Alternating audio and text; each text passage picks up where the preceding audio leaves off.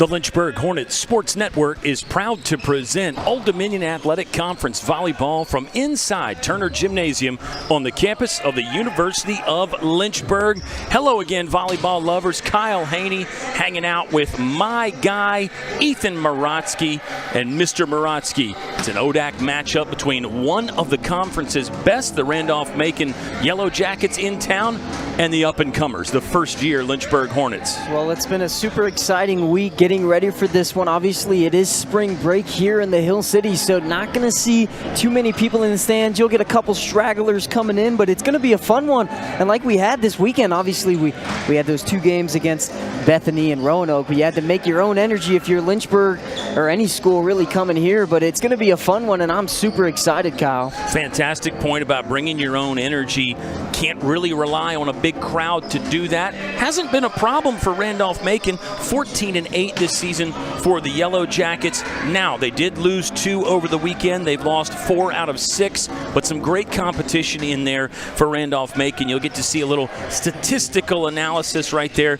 Yeah, Yellow Jackets, I think the key might be there at the bottom. 6-0, undefeated in the ODAC. Lynchburg, a solid 9-9 in the first year for Ryan Turner and this program, but I know they have high hopes. They want a little bit better than just solid. They want to be better than 500. Well, yeah, absolutely. 500 is not a bad record, 9-9, especially for a first-year program. 2-5 in the ODAC. Obviously, you want that to be better, but as a first-year program, and we talk about it every single broadcast, they're going to get better every single set, every single game, really every single point. These guys are going to bond more. We see that Lynchburg does have a better digs per set and aces per set, so you're going to see some defense here for Lynchburg, and hopefully that'll go on display. But Randolph-Macon leading by kills per set with 11, ahead of Lynchburg's 10.3. So really, we're going to hopefully we can see it all today in this one. Well, I think you hit on some things there with Lynchburg. They're really serving it great this season. Yes, we've seen some errors, but for Lynchburg, serving is a weapon, and I don't think they're going to back off that aggressiveness. If anything, they might need to be more aggressive against Randolph-Macon, who offensively is a force. Can't wait to tell you about some of their outstanding players. They have guys that have been doing it for a while. They have some career record holders here for the Yellow Jackets who have had their program going for, I believe this is year 9, Ethan. So Randolph-Macon is established. We know how good they are athletically in everything else. This is going to be a good test for Lynchburg and potentially an upset chance for Lynchburg. Yeah, absolutely. Randolph-Macon, like you said, really is a top team in almost every single sport in the ODAC. So when it comes down to men's volleyball and the fact that they've been playing so many more seasons than really almost every school in this conference, that recruiting that you can bring in and that athleticism for every single player, it puts that much more of an advantage on the court when you're going up against a first-year program like Lynchburg. Can't wait to tell you more about some of the players to watch and then get you ready for the first serve. It's on the way in about 5 minutes. You'll see all the action live right here on the Lynchburg Hornets Sports Network.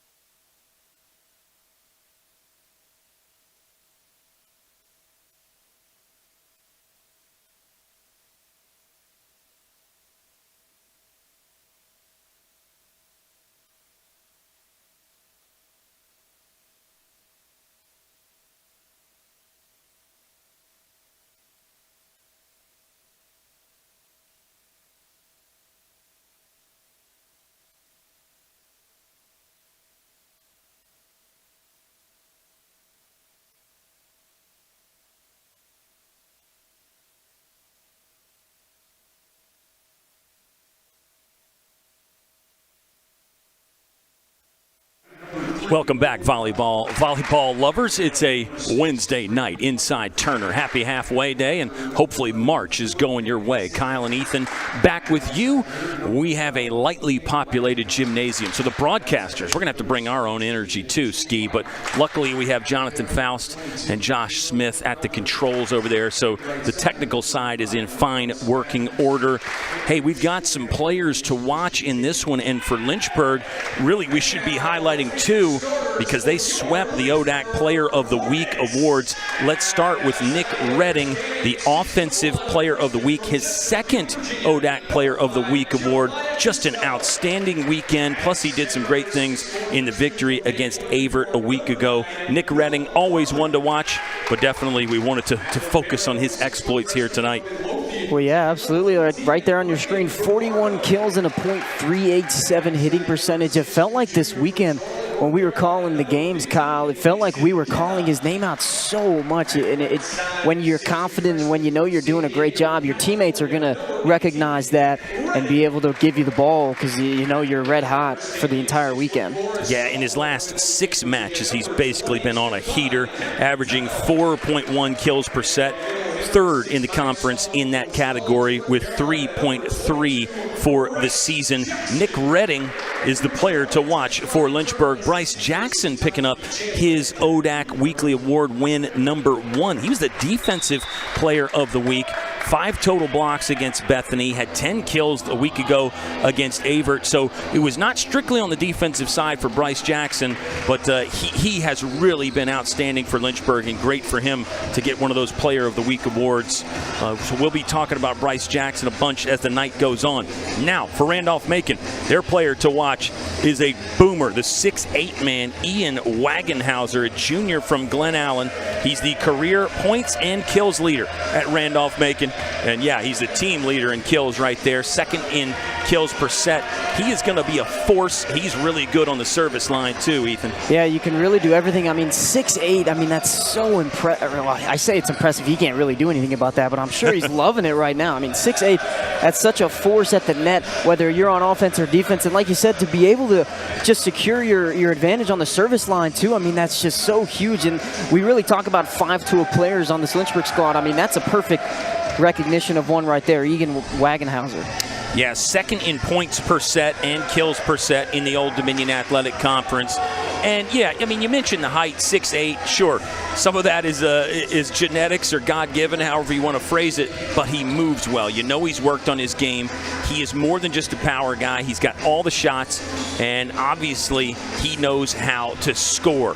Guys are out of those pre-game huddles and getting ready. We are so thrilled to be hanging out with you. It's Lynchburg and Randolph-Macon. Lynchburg, again, is bang on 500 this year, 9-9, 2-5 in the Old Dominion Athletic Conference. For Randolph-Macon, a very good 14-8. They're undefeated in ODAC play. For Randolph-Macon, they really bring a lot offensively with Cody Rogan. He is the junior setter. He is the career leader in assists for the Yellow Jackets. So Cody Rogan will deal the cards out there, and he blocks and digs in the back row. Cody Rogan's a do-it-all kind of guy. For Lynchburg, we've been fantastically surprised and excited about Miller Varley, 6'4", first-year setter from Bayport, New York.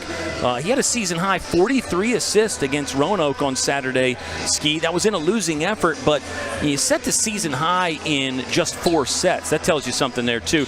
Most guys are going to set those season and career highs in those 5-set matchups. So Miller Varley, he's been great lately for Lynchburg. Yeah, it's going to be a setting battle. Typically, we usually talk about how the battles are going to be on the outside and the middle hitters, but really that setting battle is something that we're looking forward to this entire match. And Miller Varley, like we talked about, has been doing a fantastic job for this Lynchburg offense and defense the last couple weeks, and he's really solidified his spot at that main setter position. So it's going to be really fun to watch both these schools go at it. Miller Varley going to get the first serve. Lynchburg's in the red and black. Randolph-Macon in the black, and the liberos wearing white for both teams. Ball's in the air, and Randolph-Macon's got the first point put away there by number 12, Ian Wagenhauser. Always nice when the broadcasters look good. They went to Wagenhauser first set, and you can see why. Pretty clinical on the finish. Yeah, we're going to be talking about his name pretty much the entire matchup. Lynchburg will get a chance to score, and they do. Put down there by Steph Kapitanov on the left side, sneaking it over the block. 1-1 tie ball game with Jeremiah Costello to serve. And, you know, we're always hitting on the social media stuff. You should follow Lynchburg on all those platforms. The guys went bowling earlier this week, and Ethan Maratsky and myself are both bowlers. But not to make it about us, Jeremiah Costello, also a very good bowler, I'm told, for this Lynchburg volleyball team. You could pretty much just say he's already a multi-sport athlete. Yeah. We need to start a Lynchburg bowling team. Yeah, that would be fun. You and I could coach, maybe. 2-1, Randolph-Macon. That was number 2, Cody Rogan, the setter, who sent that one into the twine, and now we're knotted up. Braden Berardo is the libero, the defensive specialist, if you will, for Lynchburg. He is off right now, and it's Stefan Kapitanov to serve. I'm working on the last name. I got to work on the first name, too. But we could just shorten it to Steph sometimes. Softer serve, but wide left from Kapitanov, and that's a Randolph-Macon point. Well, before this weekend, we didn't really see Kapitanov go to the serving line, but we saw him head back there a couple times against Roanoke and Bethany. Here comes Ian Wagenhauser to serve. 6'8" junior from Glen Allen, Virginia. And watch this. I said he's got a boomer. It's really going to be fun to watch. You saw it right there. Costello had to lay out for it. Could not hoist it off the floor, and that is an ace for Wagenhauser. Yeah, he appears to be switched on and ready to go early. The career high in a match is 8 aces. And with a fastball like that, Ethan, it's easy to see why he missed the mark there to give Lynchburg a point. Serve and serve receive. The passing off the serve is going to be so critical in this one tonight, I think. Well, you talked about when the broadcast started about how serving you like the aggressiveness that you have, and I feel like Wagenhauser and Costello are both perfect examples. When you see Jeremiah Costello head to that serving line, he's not afraid to put all of his power behind his shots. So really looking forward to see how that goes for both teams. Kapitanov up high, Bryce Jackson. That's Bryce Jackson getting on top of one and slamming straight down. Not the full force, not the steelhead hammer that time for Bryce Jackson, but it worked out just fine. Lynchburg within 1, 5-4. It is number 15, Mason Kenna, at the service line now for Lynchburg. It's a pretty reliable option back there. That one had some steam on it. Knocked Wagenhauser off his feet, but Randolph-Macon will get in system. Libero fielded the block and heads up. That one is coming with authority from Philip Van Essendelf. Outstanding middle for the Yellow Jackets, a 2-point lead. Well, just a beautiful set by Cody Rogan, and just right above the net, enough height to where you can get that perfect amount of power on that swing. Here's Bryce Matthews. He's played in 63 of 76 sets this year for Randolph-Macon. Bryce Jackson got stalled out on that one. Free ball coming for Lynchburg. Let's see where this set goes. Want to go to Bryce Jackson again? Good idea. Termination for Bryce Jackson. Lynchburg back within 1, 6-5. Well, we saw them go to Jackson a little bit before they finally got that point, and they did get a little bit of a block at the net, so Randolph-Macon able to stay alive, but that second chance opportunity for Lynchburg goes their way. Hornets can tie. High toss, there's the roof in play, and it's going to lead to a Lynchburg point. We're tied up 6-6. If you missed our broadcast on Saturday, Ethan Maratsky and myself were kind of keeping informal track of how many ceiling touches we had. It is, again, a gymnasium here inside Turner at Lynchburg where I wouldn't say the ceiling is low, but it's probably one of the lower roofs that the guys play on throughout the year, Mr. Maratsky. Yeah, it's really fun. I mean, it's something that you have to take advantage of, or you have to keep that in the back of your head that it's not that high, and really any ball that you get on any side of the court, whether you're on defense or offense, because we have seen it touch the ceiling a couple times on some high digs. So I mean, you really have to keep that in the back of your mind, knowing that it could possibly be a game changer for any one of these teams. We even saw it, I think, on a high toss on the serve, one player over the weekend. I can't remember which team it was for. And if you missed it, Lynchburg lost to Roanoke in 4 sets on Saturday. They beat Bethany in straight sets, although the Bison from Bethany impressed us with their fight. Sets 2 and 3 were very close there. But Lynchburg did get out with a split on Saturday. Hornets will be in action this Saturday hosting EMU. That's a 3 p.m. first serve. And look at those hard workers there at the scorer's table. Some of our great friends on the LHSN crew. spending some of their spring break to watch a little volleyball. Okay, timeout is done. It's Bryce Jackson still serving for Lynchburg, and the Hornets with a chance to take their first lead on this serve. Had a couple ties, including this one here at 6-6. Another good serve from Jackson. Oh, look out, overpass, handled by Jeremiah Costello. That was a bowling ball going straight down. Yeah, they called that Randolph-Macon point. Actually, I wonder if Costello might have gotten a touch onto that net. Might have been in the net there. Good eyes by you. I think I went back and watched the tape Saturday. There was a foot fault on a serve that we didn't notice. It just snuck in there on us. Braden Berardo will handle that one. Costello, 2 hands away from the net. There's a pass that's tight to the net at the top of the mountain. That'll go down. And we're tied up again, 7-7. Jeremiah Costello getting the point. Costello was the one that did get a little bit of a net touch on that kill opportunity, and he comes right back with a really nice net joust. Getting that point for Lynchburg, tying it up at 7. Fun matchup so far. The setter, Miller Varley, to serve. Went cross court with that one, far sideline. Berardo took a shot there, some shrapnel from the big man Ian Wagenhauser. He scores again, and Randolph-Macon leads again. We're going to be calling his name a lot, and we're going to see a lot of these sets go cross court to Wagenhauser. It's going to be a fun time calling this game. Philip Van Essen-Delft. He is a middle who serves. There is a outside who scores. That's Nick Redding, our player to watch, and your reigning Old Dominion Athletic Conference Offensive Player of the Week. Tying us up again. 3 consecutive ties here, 6-6, 7-7. Now 8 all between these two ODAC foes. Costello with the high toss, handled nicely by Wagenhauser. He'll take 1 and 3. Lynchburg got a block, but Wagenhauser tooled it into the scorer's table. And now the Yellow Jackets on top one more time. When you have such a dominant player on your squad, there's a lot of different things you can do. Obviously, he's going to be your main asset in front of the net on defense and offense, so it allows you, you know that Lynchburg is going to be watching every single move that he makes, so it's going to help this Randolph-Macon team have a lot of different opportunities and chances for other players to step up at the same time. Fantastic word choice by you, asset, and he really is that in so many areas for the Yellow Jackets. Rogan, little one-hand set that Lynchburg cannot handle. How about the way Cody Rogan got to that and just the fingertips on it there with the right hand. Didn't even need to use the conventional setting technique.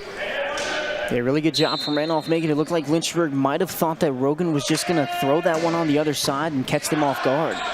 It did look like he wanted to go up and attack, didn't it? That's a great point by you. Mason Kenna got a handful, but sent it right into the barrier, and now all of a sudden it's a 2-point Randolph-Macon lead. This feels like a lot of separation based on all those ties we had earlier.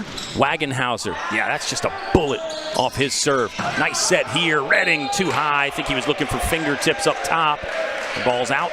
And Randolph-Macon really with some separation now. Can't let the Yellow Jackets get on big runs, Ski. I know that probably seems like a cliche, but I think it's pretty valid, don't you? No, absolutely. I mean, if you let the team that's just doing so well in every single ODAC game, as that point goes Lynchburg's side, if you let them get too far ahead, they're going to get comfortable and they're going to get in better situations for themselves. So you really can't let this team get away from you. You got to stay competitive like they did against Roanoke this weekend. Nick Redding, southpaw server from San Diego, California, gets that one across. Lynchburg stunts it with the block. Mason Kenna from deep again. Can't get it over the tape. No. That is a Lynchburg point. I'm sorry, fans. It snuck over the net there. Good shot by Mason Kenna. Really good job by Costello and Varley to keep that one alive and get a good set for Kenna over there on the complete other side of the court. Randolph-Macon hadn't got in system in a while. Lynchburg got a block on that one, but could not keep it between the boundaries. And the little Lynchburg mini run stalled out. Yellow Jackets by 2.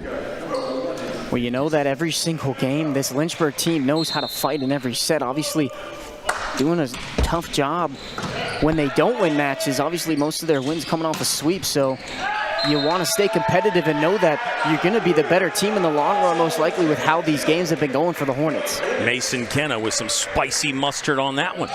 He's gotten a couple points here in the last sequence, and now Mason Kenna to serve.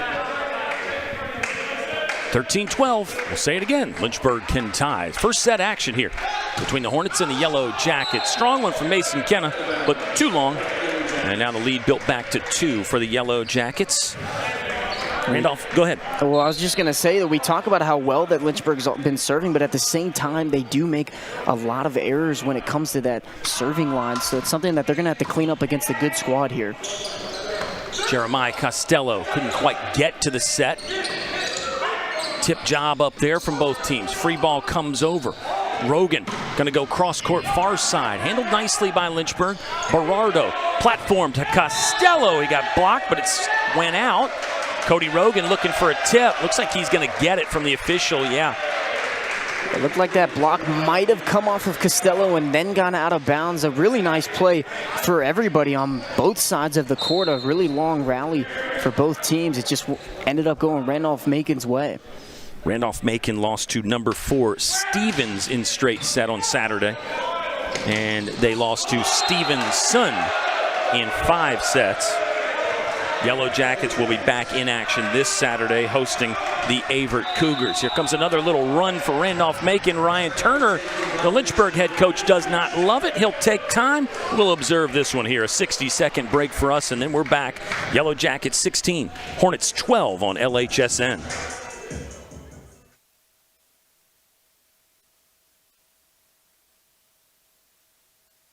Think a private education is too expensive? Think again. At the University of Lynchburg, you can get a personalized education for the cost of a state school. If you're commuting and you get our top scholarships, you could pay much less. And you get all that without the hassle of giant lecture halls. Our faculty know your name here and do more than just teach. You might even do research together and plan out your next career moves.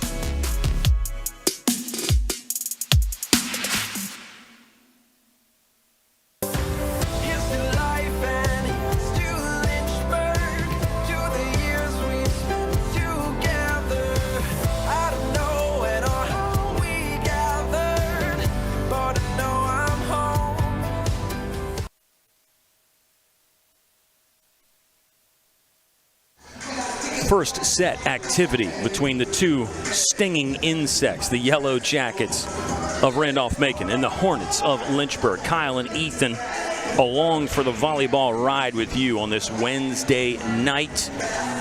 Not a bad start for Lynchburg by any means, Ethan, but I think, again, you got to limit the big Randolph-Macon runs, so pretty smart timeout from Ryan Turner, the Lynchburg head coach. Yeah, no, I really agree with that move. We talked about it in the middle of the break that this game is going a little bit faster, and if you're Coach Ryan Turner, you don't want it to speed up on your young team like it has been going so far. Overpass, and Cody Rogan says thank you very much. He will get the big arm swing to hammer that one through the floor. Randolph-Macon by 5. All started with the tough serve from Bryce Matthews. High velocity to force the off-target pass. Matthews again. 7 aces on the season. This one handled better by Lynchburg. Nick Redding's going to hang and fire, and he got sent straight back. Access denied at the far pin, and now Lynchburg's down half a dozen. Well, I really like the aggressiveness from this Lynchburg offense. It's just this Randolph-Macon front line defense has just been so just dominating of this Lynchburg team. Yeah, their quality up front. Number 17, Mitchell Wyatt. We haven't mentioned him yet. He got a piece on that block as well. Let's see if they go to Wyatt. No, it's a back row smash from number 12, Ian Wagenhauser. Yeah, he just uncorks, doesn't he? He comes from everywhere, all the angles, all the shots. Yeah, fantastic player for this squad. Like you said, the team leader in kills. He's just, you're going to see him get the ball almost every single time, it feels like. Ooh, Lynchburg. That was close. That was Nick Redding that had to do a little do-si-do, a little pirouette over there to avoid that serve as it went out. Yeah, a little bit of a matrix move there. We love that. We love that. I don't know if Coach Ryan Turner loves it, although he's glad to have the point and the ball back here. Stopped a long service run from Bryce Matthews. Now it's Bryce Jackson for Lynchburg. That was strong. That went through the rafters, pretty much undisturbed as it got near the roof, though. Cross court for Costello. What a blast there. That ball hit the antenna is the signal from our line judge on the right. That ball made contact with the red and white antenna. That's a no-no. and that's a Randolph-Macon point. Well, again, I'm really liking the hits that this Lynchburg squad's putting against Randolph-Macon. It's just this defense and some of these minor mistakes are hurting this team. Caleb Crowther floats one in. Nick Redding will take advantage there with a power shot that grabbed the top of the wall as it went by, but landed on the Randolph-Macon side. 20-14. Yellow Jackets have won the race to 20. Lynchburg has actually won the first set in 8 of their last 9 matchups. They haven't won all 8 of those. The ball was wide on a little crafty shot attempt from number 11, Philip Van Essendelft. But I was in the midst of making a point about Lynchburg. They really have been getting off to some strong starts this year, Ethan. They've been pretty good in set 1. In fact, they got set 1 against Roanoke on Saturday. Just couldn't convert in the next 3. Yeah, they've looked really good. So coming out of the gate, really is every single matchup, it's just about keeping that intensity and keeping that motivation going throughout the entire match and not just set number 1. Obviously, you want to come out of the gates hot and you want to put some pressure on the other team, but this game's not, or this match isn't win on just the first set. You got to stay consistent throughout the entire matchup. Big stuff there from Owen Hahn and Cody Rogan. Rogan is so impressive because in addition to being an outstanding setter and doing all the work there distributing the ball, he blocks up front and digs in the back row. Quality player all the way around. Bryce Jackson, good there, pardon me. Steph Kapitanov getting one down. Steph in the middle now. He wears number 20. Bryce Jackson, number 22. Lynchburg needed that. Hornets are within 6. 22-16, first set action. And I think Ryan Turner would tell you the same thing you said about, hey, we want to come out strong. We want to play our best volleyball early, but in addition to that, we want to play our best volleyball all the time. We want to try to play every point like it's its own individual situation, play everything like it's 0-0. All those other coaching cliches, and I think they're true. I think the best teams do that, don't they? Yeah, absolutely, and I think some of it has to go into how tired a team is. If you play too hard in the first couple sets, those last 2 or 3 that are really the most important sets in a series, if it goes that far, you don't want your team to be too tired because, again, those sets are so important. So I feel like if you come out of the gate hot, you have to make sure that it's almost like when you're going on a run, you have to pace yourself. Yeah, and that's a great point. I mean, can you manage that energy? Can you play at a high level, at an intense level, but sustain it? And the energy probably means mental, emotional, and physical. You know, all those 3 components in there. Lynchburg's going to get a point that they needed right here to stay in set number 1. Randolph-Macon not out of the woods yet, despite only needing 2 to lock down frame number 1. 23-18. Steph Kapitanov to serve. Did not serve much early in the year. We saw him at the line quite a bit. That's a great set to get Owen Hahn. Already left his feet. It was just kind of a line drive dart set right there from Cody Rogan. Yeah, really nice job. It was a set that you don't really see too often, and a really nice heads-up play from Rogan. Wagenhauser to try to win the set here for Randolph-Macon. I imagine he's going to pull out a big one. One of those guys in the back row for Lynchburg is staring down the barrel right now. Ian Wagenhauser came in with 41 aces. He's going to have another one right there to win set number 1. And that is a Randolph-Macon victory in the first period. 25-18. Yellow Jackets win a fast-moving first set. Ethan and I are back in just a minute to recap it and get you ready for set number 2 on the Lynchburg Hornets Sports Network.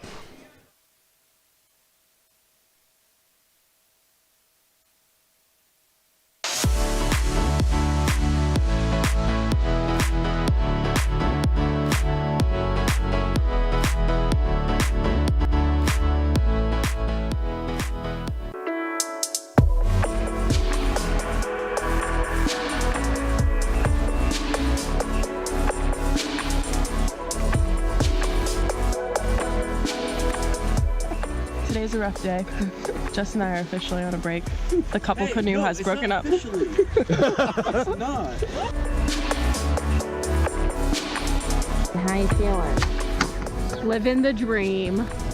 Just canoeing. That's the Mexican side behind me. The U.S. is that way. So far, we're all still alive. I really want a peanut butter and jelly sandwich. Woo! We did it! Kind of.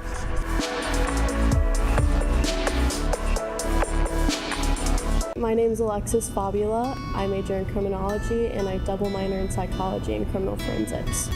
My favorite part about Lynchburg is the friends that I've come to have. It's helped me come out of my shell more, and it's helped me become the person I am and the student I am. I really enjoyed how small the campus was, and I also really enjoy how small the class sizes are. It made me feel like I was going to be more engaged than I would at a bigger campus.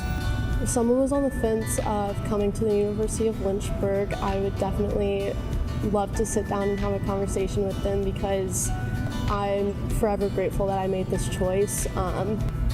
It's definitely something that a student wouldn't regret. Out of my 4 years here, I've not had one bad experience. I've had a great 4 years, and I'm going to be very sad to go.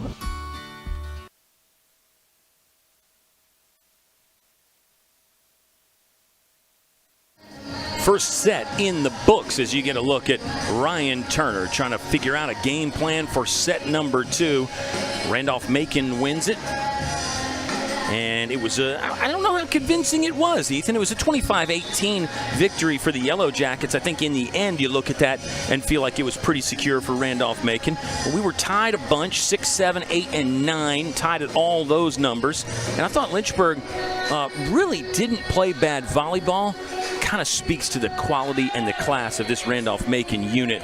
They looked solid out there defensively and offensively. Yeah, I completely agree with you. I think obviously Randolph-Macon won by a good amount, but this Lynchburg team, they've been staying competitive this entire time. I'm loving everything that I'm seeing from this offensive end, whether it comes from the start of a serve or a rally going on. It's just, I think this Randolph-Macon defense is just so good, and they're so, I mean, obviously height has something to do with it, but they're so strong up front.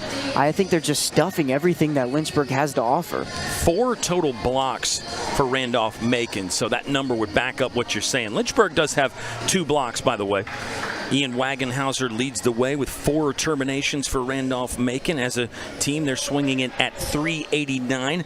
Lynchburg's got 4 kills from Nick Redding, but the hitting percentage much lower, .095 for Lynchburg offensively. So those attack percentages don't always tell the whole story, but they do give you some context for what happened there in set number 1. Let's see what kind of fight Lynchburg has in set number 2. It will be number 22, Caleb Crowther, to get it started here. First-year man from Yorktown, Virginia, on the service line. He floated one in the first set. That one's softer as well, but in play. Lynchburg wants to go to the middle. Sent back. Take 2 coming, and this one will catch a piece of the block and drop. Nice point there from Lynchburg to rebuild, stay with it, and get Mason Kenna a solid swing coming from the back row. Well, you're going to hear this a bunch from me today, but that was a great job from both sides, and that's exactly what we were talking about in this defense, and Randolph-Macon has done so well stuffing that, and it was a great job by Lynchburg to keep it alive. Yeah, that's fun volleyball to watch right there. Costello wants one. One-handed by the libero, Brady Plucker. Very nice on the defensive end there for the Yellow Jackets. Hadn't mentioned the man in white, the defensive specialist, Brady Plucker, but boy, that was nice to reach out, throw the right arm out there and get a piece of the volleyball. That one tight to the net. Good set, though. It was a bang from Kapitanoff. Hit the ceiling, play on. Net joust. This is a wild one right here. Don't turn away. Berardo's going to go behind his head for Nick Redding. Whistle's going to blow. What happened here? Contact with the net. It's going to be a Lynchburg point. It was a bit of a scrambled eggs kind of rally up there, and finally Lynchburg will get a point. Maybe not exactly the way they wanted, but they'll take it.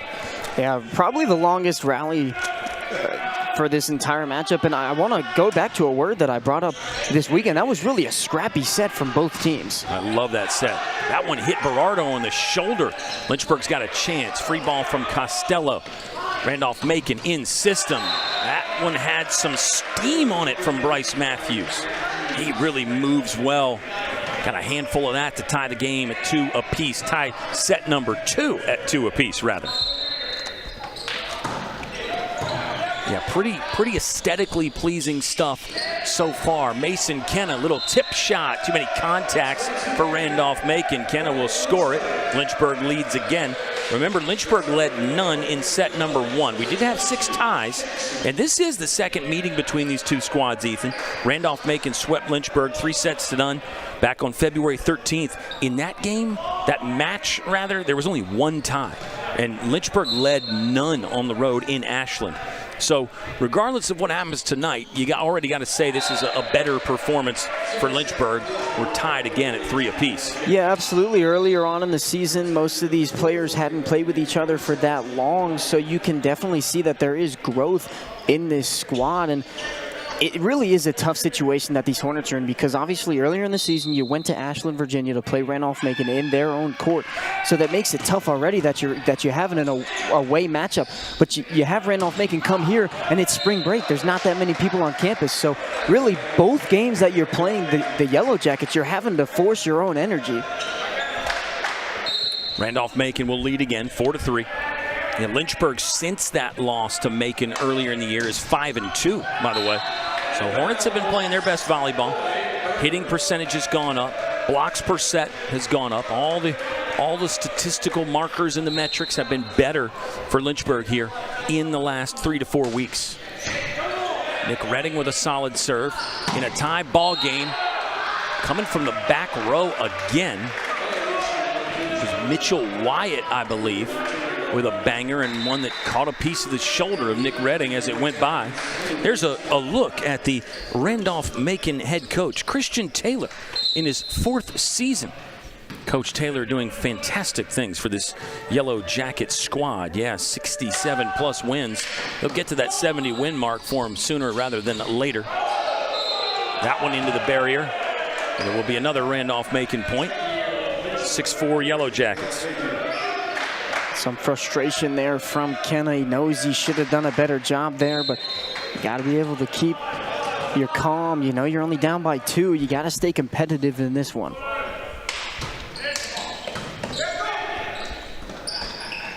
Nick Redding, rise and fire, but it's wide right for Nick Redding. Nick Redding, of course, the reigning Old Dominion Athletic Conference Player of the Week. Second time he's done that, 41 kills last week, and really just getting the feel for the college game so quickly. The first-year man from San Diego, that was Bryce Jackson that couldn't quite keep one on court. And now Randolph-Macon up 4. This is that danger zone again for Lynchburg, because the Yellow Jackets, they can get out of pocket. They can get away from you really quick. Berardo handles. Good pass, oh man, and then the stuff. Bryce Matthews timed that up perfectly to take it out of the sky. Ryan Turner wants another timeout. Lynchburg back against the ropes here in set number 2. 9-4 Yellow Jackets, and Randolph-Macon leads 1-0.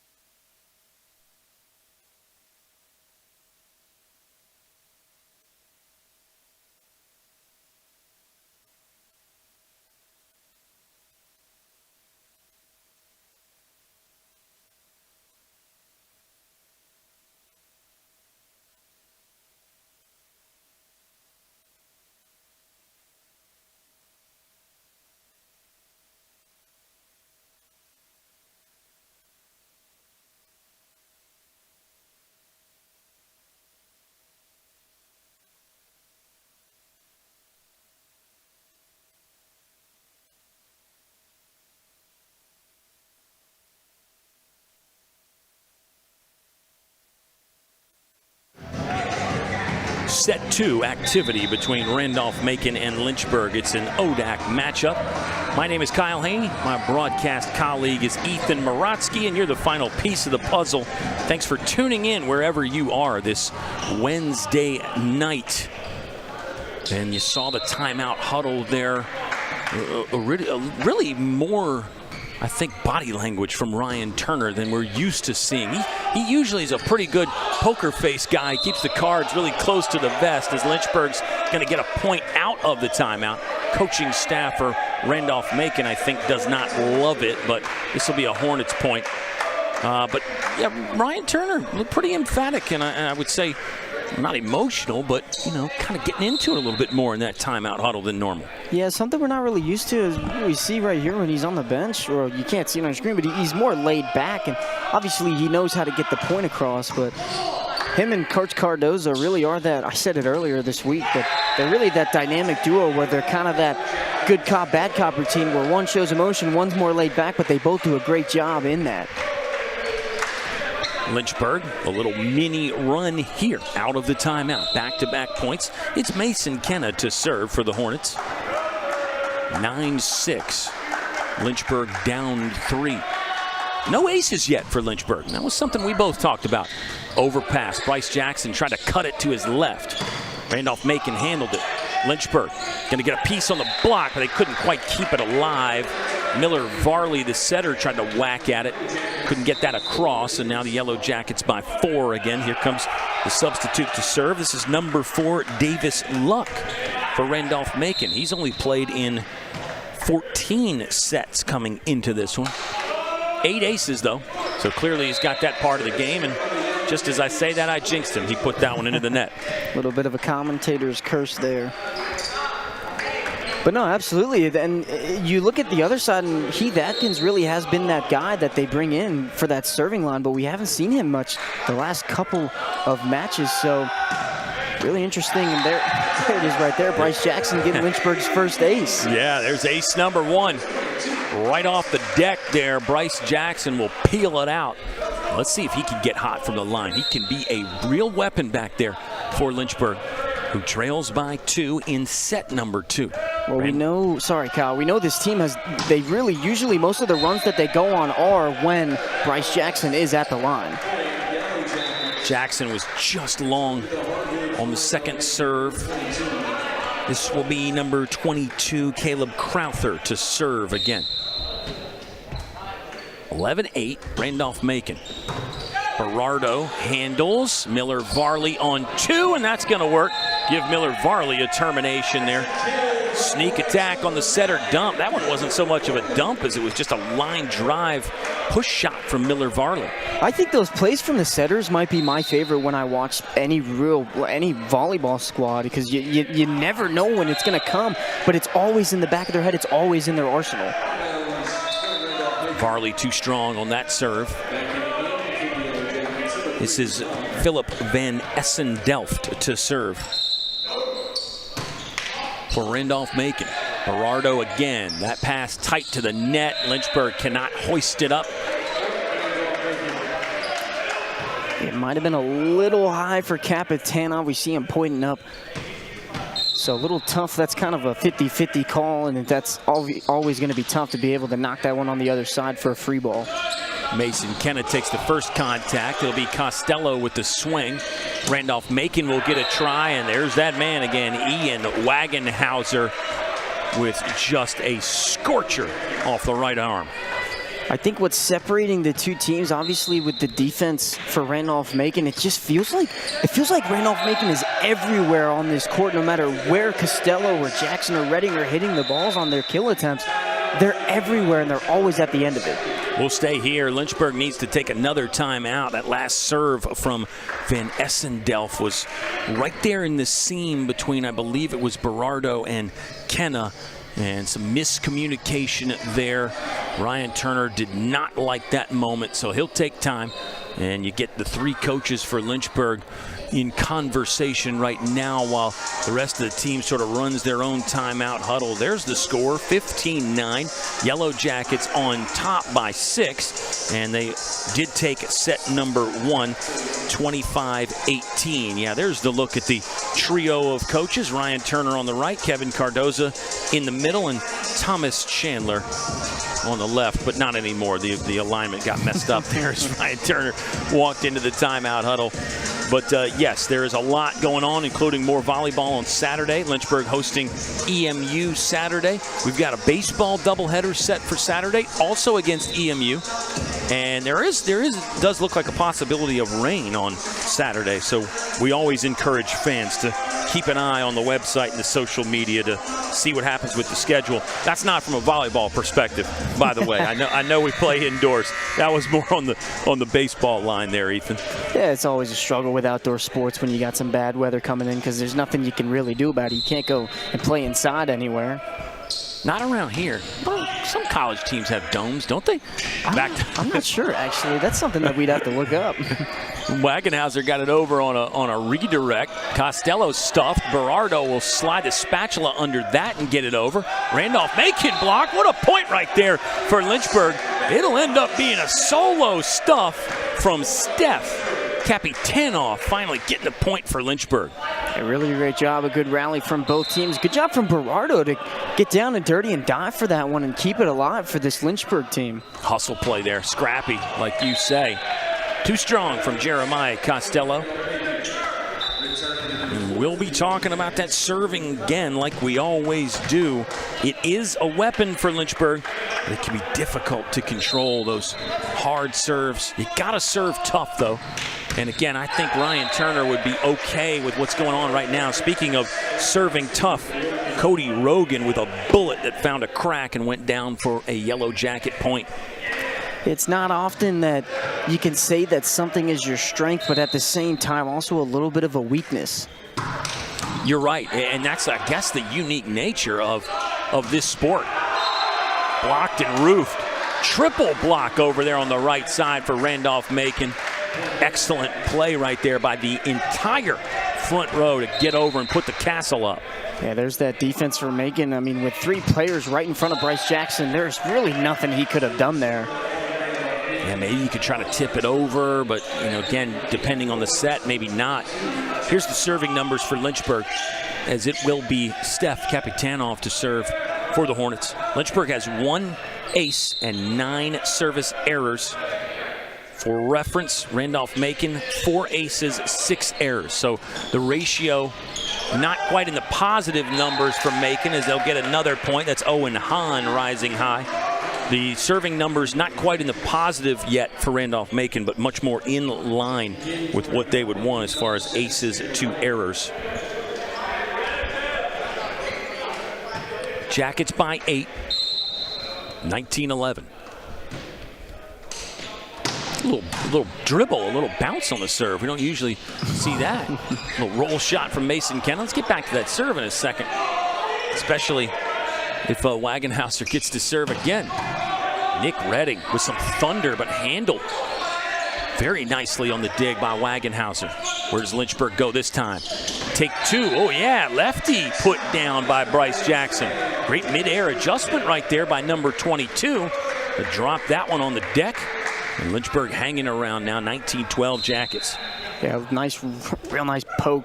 Putting it in literally the middle of the court into no man's land. A good job from Bryce Jackson. Yeah, the donut was there for Jackson. Serve too strong. 8-point advantage now for the Jackets with number 13, Andrew Burmeister, serving. Randolph-Macon's used the reinforcements for sure. It seems like a lot of these second shifters come in to serve specifically for Randolph-Macon, but I like the use of the bench. Yeah, it's something that you don't really see from the other side with Lynchburg. Obviously, you have your 6 or 7 players that you're always going to see, but you'll get the occasional Heath Adkins appearance to go to the serving line and a couple other points after that. But you look at, they have a ton of players on the bench for Lynchburg, but you don't really see a lot of them playing consistently. Lynchburg got a point on some net contact. It was going to be another one of those big triple blocks from Randolph-Macon where they get the entire front row involved. There's a ball that skimmed the roof. That one will get pushed through the Lynchburg block. Van Essen-Delft. Too much strength right there, shoving it down. Macon by 8, 21-13. This is more in line with what the Jackets want. This is number 4, Davis Luck.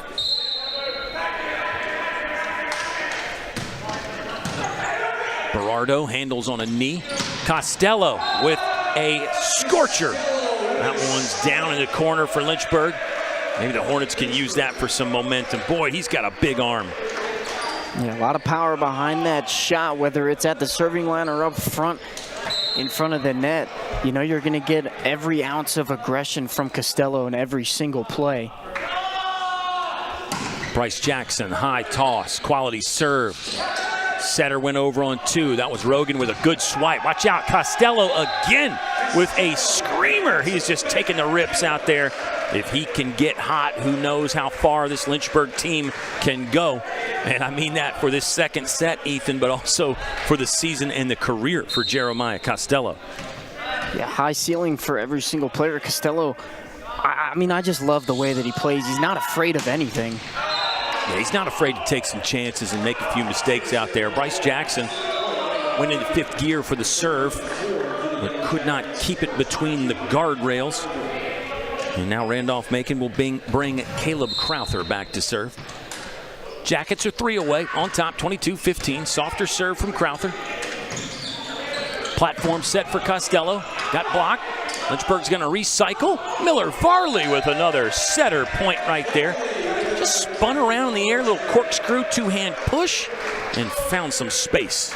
We saw the ball found Nick Redding before it could find Varley, so we saw a little bit of a set from Redding, but it went too close to the net, and a really good decision from Varley to just knock that one over like what we just saw right there. Whatever you can do, I can do better. Cody Rogan jumping up, left-hand swipe, finds the bottom of the court one more time.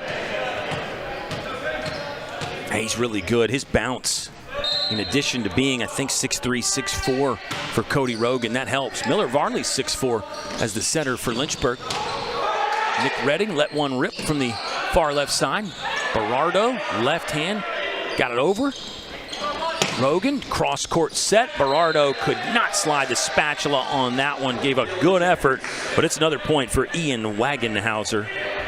Termination number 8 for him. Sorry, Kyle. We're seeing a little bit of miscommunication from this Lynchburg side so far in the later end of this second set. Macon needs 1. Steph pushed it over. That was the setter, Cody Rogan, taking a legitimate swing. Lynchburg will get hands on that one from Wagenhauser, but they cannot keep it between the lines. And that's another Randolph-Macon win. Set 2 goes to the Jackets, 25-16. They're looking for the sweep on the road. We'll see what happens when we return on the Lynchburg Hornets Sports Network.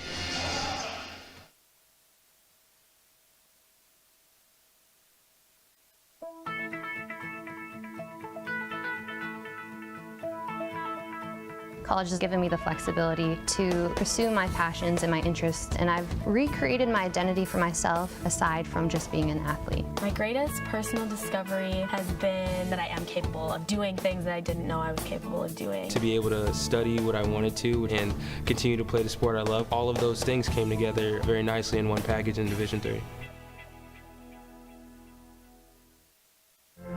Football has taught me a lot throughout my life. It's definitely had a huge imprint on who I am as a person. Competing at a Division III level created that opportunity for me to go to college.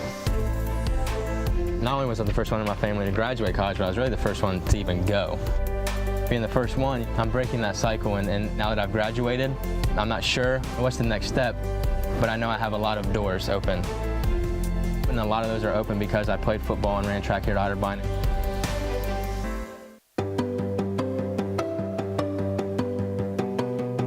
Lynchburg is all about you, your ideas, and your goals. We've got one professor for every 10 students, so you can get all the support you need. In the classroom, in the lab, or in nature. You'll learn by putting yourself out there, and we're right there with you.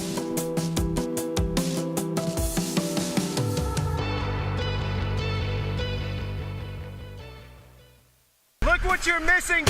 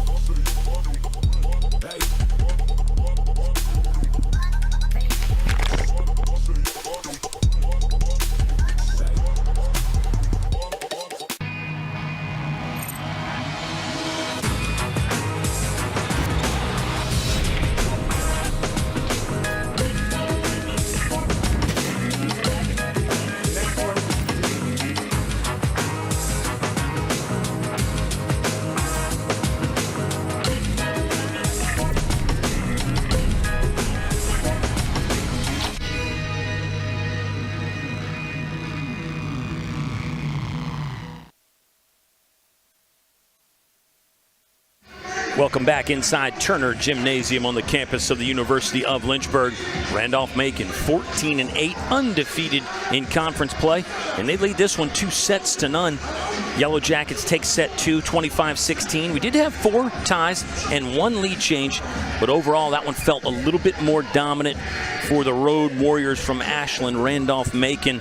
How about Ian Wagenhauser? He's got 8 terminations on 9 swings. He's hitting at an almost unheard of 778 right now as the gym goes quiet. We get ready to start set number 3. Kyle Haney and Ethan Morotsky spending some time with you on this Wednesday evening. Lynchburg, I think you and I have both kind of touched on it. They're not playing awful volleyball, but it tells you how far they have to go to get to the top. And right now, that is Randolph-Macon, obviously. Undefeated in conference. Yellow Jackets are setting the standard, and we're seeing that on display here tonight. Yeah, absolutely. But it also, if you have to look on it on the bright side. If you're Lynchburg, when you have players like Nick Redding and Bryce Jackson getting both the Players of the Weeks on defense and offense side, obviously Nick Redding getting Defensive Player of the Week a couple weeks ago, you have to think that there is a high ceiling for both these squads, but we touched on it in the middle of the break. This Randolph-Macon squad is just everywhere on this court. And whenever they're not everywhere on the court, they're always getting a hand on a ball at the top of the net, allowing their players to reach really anything. So this Randolph-Macon team is just, there's so much talent. Yeah, the balls they don't block. They seem to slow down. They give you tight windows to score through. Very active with the feet, active with the hands. Nice action right there. Cody Rogan, he is fun to watch as a setter. That one went out of bounds, and that's a Lynchburg point. Number 17, Mitchell Wyatt. Kind of missed wide right there. Yeah, we're playing to first to 3 sets. It's best of 5. You got to win 3 sets to get a victory. If you get to that 5th set, that only goes to 15. The others are first to 21 points, win by 2. Saw a few extra point situations on Saturday. Those are always fun. Stakes get a little bit higher. Yeah, I think the comparison that I had was extra innings when it comes to baseball. I mean, it's really, you're getting treated with free volleyball when it goes to extra points. 2-2 ball game here. Touch on something in a second as Costello sends a medium velocity hit in, and then on the other side, that's Philip Van Essen-Delft to put it away. What if basketball, instead of 10-minute quarters or 2 20-minute halves, what if they played sets and it was first to 25 points and you had to win 3 sets? I think that Wouldn't that be wild? Yeah, that would mix a couple things up. I think that's something that you possibly could do, but you obviously don't want to change it up from what they've been doing. I mean, I think that would be really interesting. We would need to do that like in a summer league tournament, a little laboratory. Put that one in the beaker there. The test tube. It's kind of like how spring season, spring training for baseball, how they're implementing all these challenges with the strike zone and stuff. You'd have to do it with something like that, or a couple preseason games or off-season games, really. Well, as we talk about ideas that may or may not be good ideas, Steph Kapitanoff with a big smile on his face because he got a point for Lynchburg. And Steph's got a great personality. That's back to all the social media things are so much fun. You can learn more about the guys and gals on these teams, and it really makes it easy to root for. As Steph is back in? No, he's out now. I thought Steph was out on the play before. Well, we saw Wyatt Nunez on the court at the serving line for Lynchburg. Good ID by you. That's Nick Redding. Can't get that one over the string, and it's another Macon point. All of a sudden, the Yellow Jackets up by 3. This is what we've been talking about. I mean, it feels like Lynchburg's competitive. You look up, Randolph-Macon's run off 4, 5, 6 points in a row. Nick Redding, that time with some steam. That was sharp cheddar to get it down for Lynchburg. Well, really, that's the perfect example that we've been talking about. This Lynchburg team, they have been staying competitive. They've been doing well, setting up their outside hitters. It's just this Randolph-Macon defense, they've just been fantastic in this one. Really have. Defense probably stood out more than offense, although that guy right there has been a standout. Ian Wagenhauser with one more. Give him 9 terminations on the night. He is surgical out there, man. Yeah, I mean, even on the other end, with who's serving right now, Cody Rogan, the setter, that was just a fantastic set. Yeah. He was coming towards us and put it all the way back into that other corner for Wagenhauser. So just a great play from both of those players on this Macon squad. You nailed it. I mean, that duo right there. Rogan is the career assist leader for Randolph-Macon. Wagenhauser is the points and kills leader. He gets some of those, too.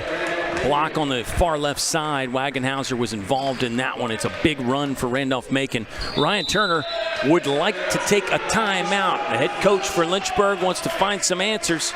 We'll step aside here for just a moment. It's set 3 action. Randolph-Macon on top, 2 frames to none, and they're up 9-4 in the third.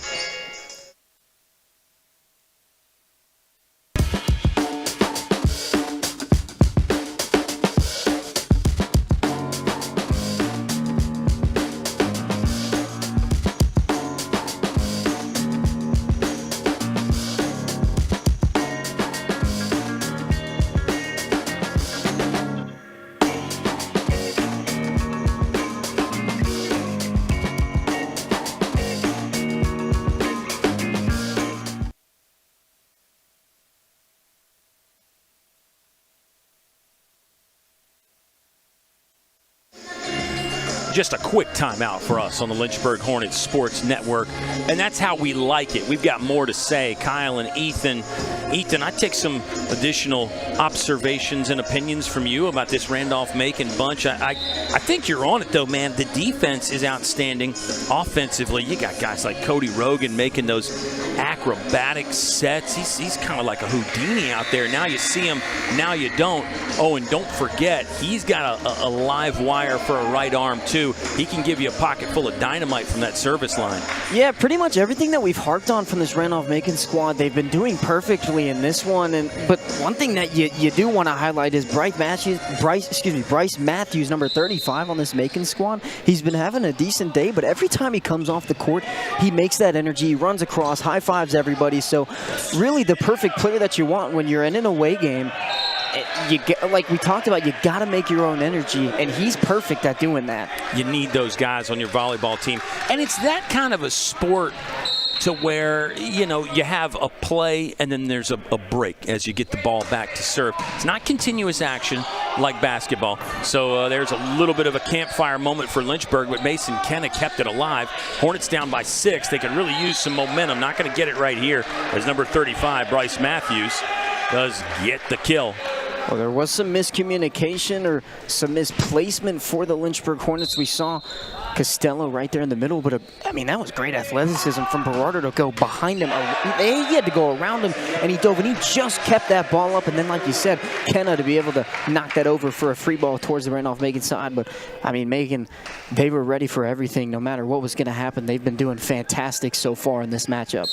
On top, 12-4. Cody Rogan just got an ace, serving that conflict zone, the seam between 2 players. That was sort of a missile from Mason Kenna. Tip shot will not work, and Lynchburg gets a much-needed point. That breaks a strong Randolph-Macon run. Well, I really like that from Wagenhauser. Obviously, he's that huge power asset at the front of the net or even in the middle of the court. But just given that opportunity, trying to poke that one over, obviously he couldn't be successful in it. But I really like that option from him. Hornets have got to go, though. Hornets are down 12-5. They got to get themselves back in this game. Overpass, Bryce Jackson takes care of it. No problem for number 22. The sophomore from Stallings, North Carolina, which is just outside Charlotte. Lynchburg down by 6, getting doubled up right now. But a chance to get some traction, a chance to make some headway. Mason Kenna, ooh, little dewdrop in, teardrop. Whistles blow. Randolph-Macon played on like it did not hit the floor, and that was probably smart, but the officials think that ball was on the hardwood. Mason Kenna taking a little pace off there. Perfect location, bullseye. Yeah, a little bit of topspin on that serve, and that's a really perfect placement. See, that time more velocity. Tried to pick out the sideline and missed. exactly. Well, we always talk about having that arsenal up front at the top of the net. Know you can poke it over or power slam that one through. But we never really talk about that at the serving line. When you see Mason Kenna on that first serve, just poked it over with that topspin, and then that second one tried to put some power on it, kind of catch him off guard. Visited with the Hornets in practice early in the year and heard some of the conversations with the coaches about the serving, and we'll stay here as there is a timeout on the court. Lynchburg down 13-8, but continuing the conversation. You know, Ryan Turner and Kevin Cardozo talking to the guys about, you know, can you get that 90 to 95% strength on the serve?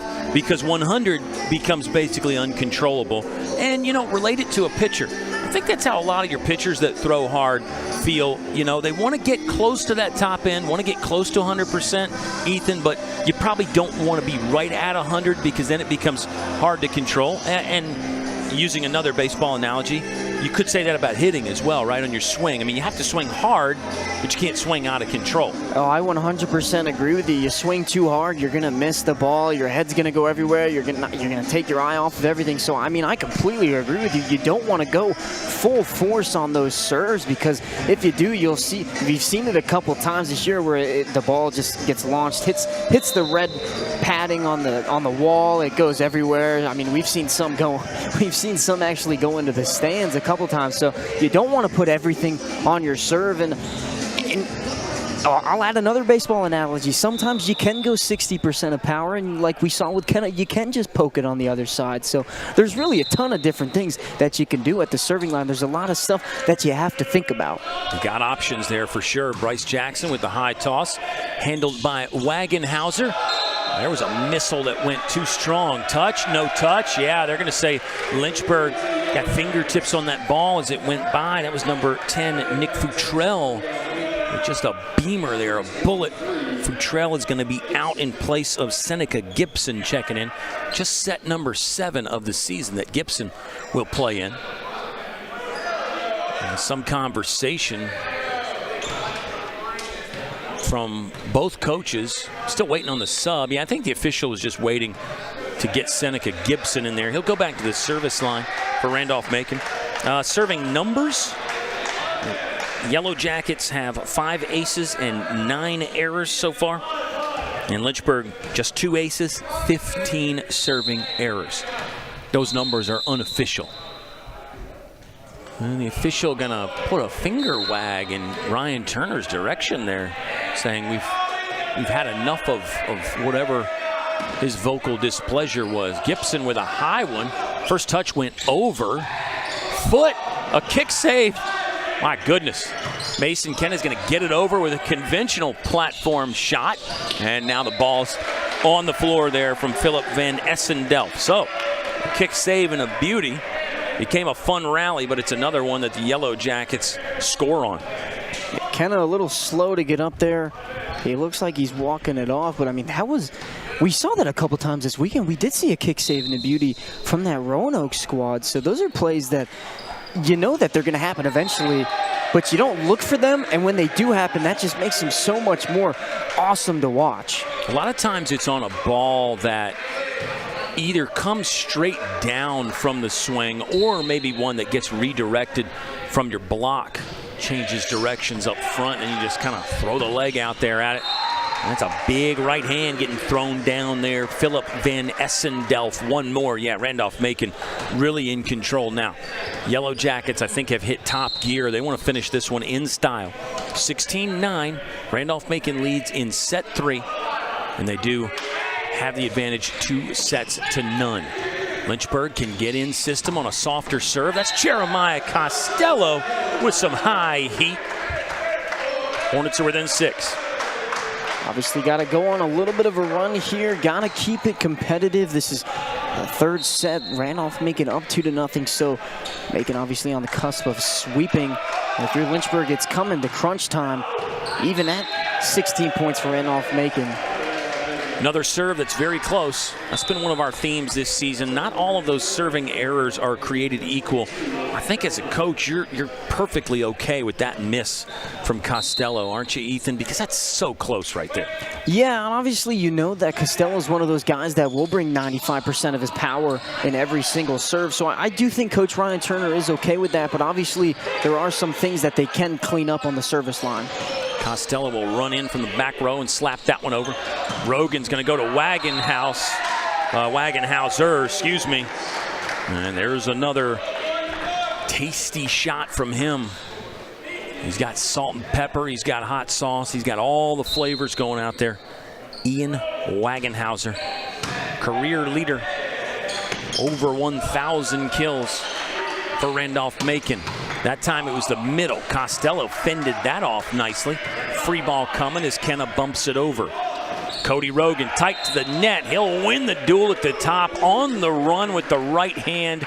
Cody Rogan, man, what a delight to watch out there. Number 2, the setter for Randolph-Macon. Yeah, like you said, the setter, but he's really been doing almost, well, I don't want to say almost, but he's been doing so much for this Randolph-Macon squad, and he's one of the main reasons why they're doing so well this entire season. How about that spatula to come flying in? Number 6, Brady Plucker, getting the saucer under that one, but then Rogan hit it into the net. Yeah, I mean, Cody Rogan really is doing everything. Here's the numbers. He's got 4 kills, 20 assists, 2 aces, 3 digs, and 3 blocking assists. So, yeah, I mean, he does everything. Well, we talked about how Wagenhauser was that 5-tool player, but really Rogan is the epitome of being able to do everything no matter what position you're playing. He can set anything. Obviously, he's been doing a fantastic job with that today, but if you put him in the service line, he's gonna put Lynchburg on the back foot, or anybody that they play on the back foot. So he's really that perfect player that you have on your squad and you love to have on your roster. Lynchburg has Wyatt Nunez in there serving right now. My broadcast colleague pointed out that Wyatt was in the ball game a little bit earlier. This is a point that's going to go to Randolph-Macon. Jackets by 8. Looking to get to the finish line here sooner rather than later. Lynchburg would have to have maybe not an unbelievable comeback, because what's unbelievable in sports? I mean, you believe pretty much everything. We'll call it an unlikely comment. Yeah, unbelievable is the worst word in sports, because, you know, if I tell you that somebody has 5 or 6 home runs in a game, you know, you're going to say, wow, that's crazy. But it's not unbelievable. It's going to happen at some point in baseball. And in volleyball, we've seen some things today that are unlikely, but not unbelievable. Another tap at the tape. They'll call that a double hit from Randolph-Macon. Cody Rogan, the setter, and the speaking captain's going to go to the referee on the stand there and get some confirmation on that one. Lynchburg's within 7. We saw a joust at the top that would have gone RMC's way, but we'll go to the point of Lynchburg on that double touch. Redding had some side spin on that serve, and here comes number 33, Nathan Carlick, delivering the boom. Randolph-Macon, I won't say they've emptied the bench, but they've used a lot of the resources in this one. You gotta like that, getting some guys involved, getting some guys some work. Nick Redding from the back row with a banger there. That one's up in the rafters, but maybe didn't touch the ceiling. Tip shot. Hornets keep it alive. Berardo, 2 hands went over. Yeah, that'll be a double hit from Braden Berardo. The contact wasn't clean.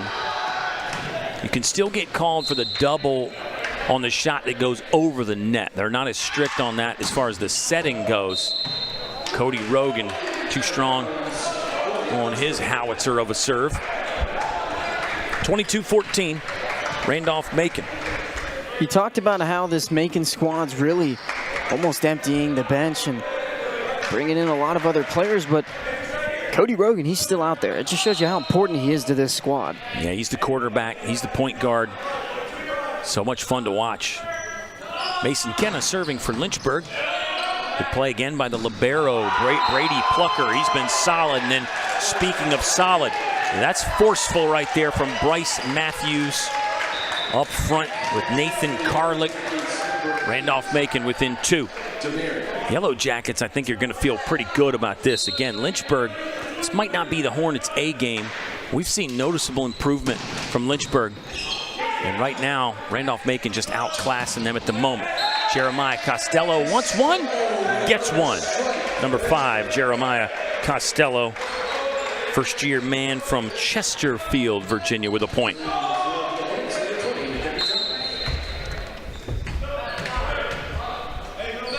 Bryce Jackson to serve. Let's see if he can get blistering hot, scorching hot from the service line to keep Lynchburg in this one. Completely cross-court set from Rogan that time. It was on target, too. Costello didn't quite have the deft touch on that, but he'll set up Nick Redding. Access denied, sent back.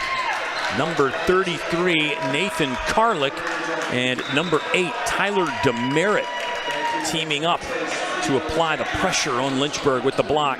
Here we go, match point. It's number 23, Seneca Gibson to serve. Gibson's got no aces on the season coming into this one anyway. That one hit the referee. That one's not going to feel good. A little apology Gibson sends his way and a nod from our official. I think everybody's okay. Still a match point for Randolph-Macon, 24-16. This really would be almost the unthinkable and the unheard of for Lynchburg. Maybe they can keep it going. Good block right there. Duo stuff from Kapitanov and also number 18, Nick Redding. Well, with your back against the wall, you kind of have to pull out all the stops and every single idea that you have, knowing that you're 1 point away from losing. Varley serving for Lynchburg. Hornets will run one down. Great effort there by Costello. Play on. Good rally here. Where does Rogan go? Middle. Blocked by Lynchburg. Okay. Good fight right here from both squads. Nick Redding wants it. Got returned to sender. And then Mason Kenna couldn't fend it off when the shrapnel came in his direction. That's a clean sweep for Randolph-Macon. 25-17. Jackets take set 3, and Randolph-Macon, gosh, we'll run down some numbers here in just a second. Ethan, this was a very good performance for them. They were coming into this one with a 2-game losing streak. They had lost 4 out of their last 6. I think they've got everything pointed in the right direction again. Jackets look good. Yeah, I mean, all around a great day for the Yellow Jackets, and really the story of this one was the defense. Obviously, you're going to get great offense from players like Wagenhauser and good setups from Cody Rogan, but the defense for this Randolph-Macon squad was just absolutely outstanding. They really looked unbeatable tonight, and I think after getting swept this weekend by 2 very, very solid teams, coming back and sweeping Lynchburg, who's 9-9, on the regular season, I think that's a really good way to bounce back and get your momentum going. Lynchburg will go to 10-9 now. 2-6 in conference. For Randolph-Macon, they're still undefeated in ODAC play at 7-0. 15-8 is the overall record for the guys from Ashland. Some numbers here and backing up what you're saying. Randolph-Macon, 10 points in the blocking. It's 10 total blocks, including that one there at the end that won it for the Jackets. The dig game, they were great, 20 there. How about our player to watch, Ian Wagenhauser? He made us look good. 10 terminations on 12 swings. That's at .667. The hitting percentage there. Lynchburg on their side, it was Nick Redding, the reigning conference player of the week. He led the way with 7 terminations. Lynchburg was not great in the serving game. It was 2 aces to 16 errors, and Lynchburg offensively as a team, they hit 0 for 3. So just not quite good enough today for Lynchburg, but again, reasons I think to feel good about this Hornets squad and their trajectory. And if you don't know, this is the first year of the Lynchburg Hornets program. So they're building. They're going to take some lumps along the way, like we said. Hopefully they're just speed bumps. They're nothing that completely knocks the car off course, Ethan. And I think we're seeing that. That may be hard to say right now, but again, I think this Lynchburg team, should feel good about where they're at. Didn't quite pass the test here against a good Randolph-Macon squad. Yeah, there's a lot to look forward to. There is talent on this Lynchburg squad, but I feel like obviously your first recruiting class is so important because it's your first season, but it almost makes this second recruiting class that you're going to bring in now. Obviously, the season's not over, but this second recruiting class is so crucial because these are the players that could possibly turn this program around and put them in an even better direction that they're already going in. We've seen them win a lot of games this season for a first-year program, and so I feel like, again, there is a lot to look forward to. I think he just went up against a really great Randolph-Macon squad tonight. Congratulations to the Yellow Jackets. Good performance here. Best of luck to them for the rest of this season. Top 4 get in the Old Dominion Athletic Conference, which starts in early April. The conference tournament, I should say. That starts in early April, so expect Randolph-Macon to be there. We'll find out who the other 3 teams that are going to be with them. Lynchburg could get hot here in the second half of the season, and the Hornets might find themselves in that Final 4. We'll see.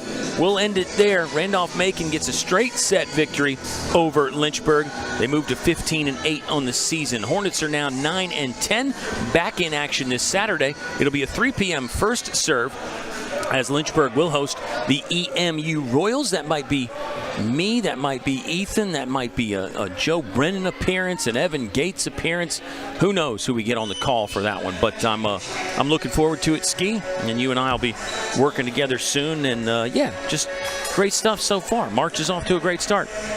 Yeah, a lot of fun. It's obviously it's always a good time when you're up here with a good group of guys. We've got a lot of people, you know, obviously out for spring break, so to be able to have such a good broadcast, it's never going to be easy, but it's always a fun time with the group of guys and girls, not tonight, but a good group of guys here tonight working with us. We had so much fun. Josh Smith, Jonathan Faust, my favorite dunking artist, Jonathan Faust. And yes, they did a lot of the work at the controls for us, the heavy lifting.